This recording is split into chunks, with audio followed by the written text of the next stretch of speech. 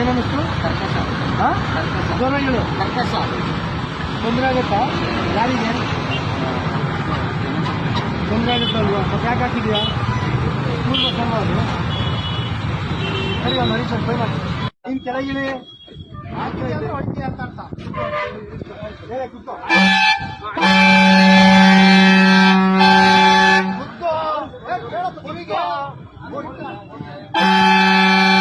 ಕುತ್ಕೋ ಸುಮ್ಮನೆ ಕೇಳ್ಬೇಕು.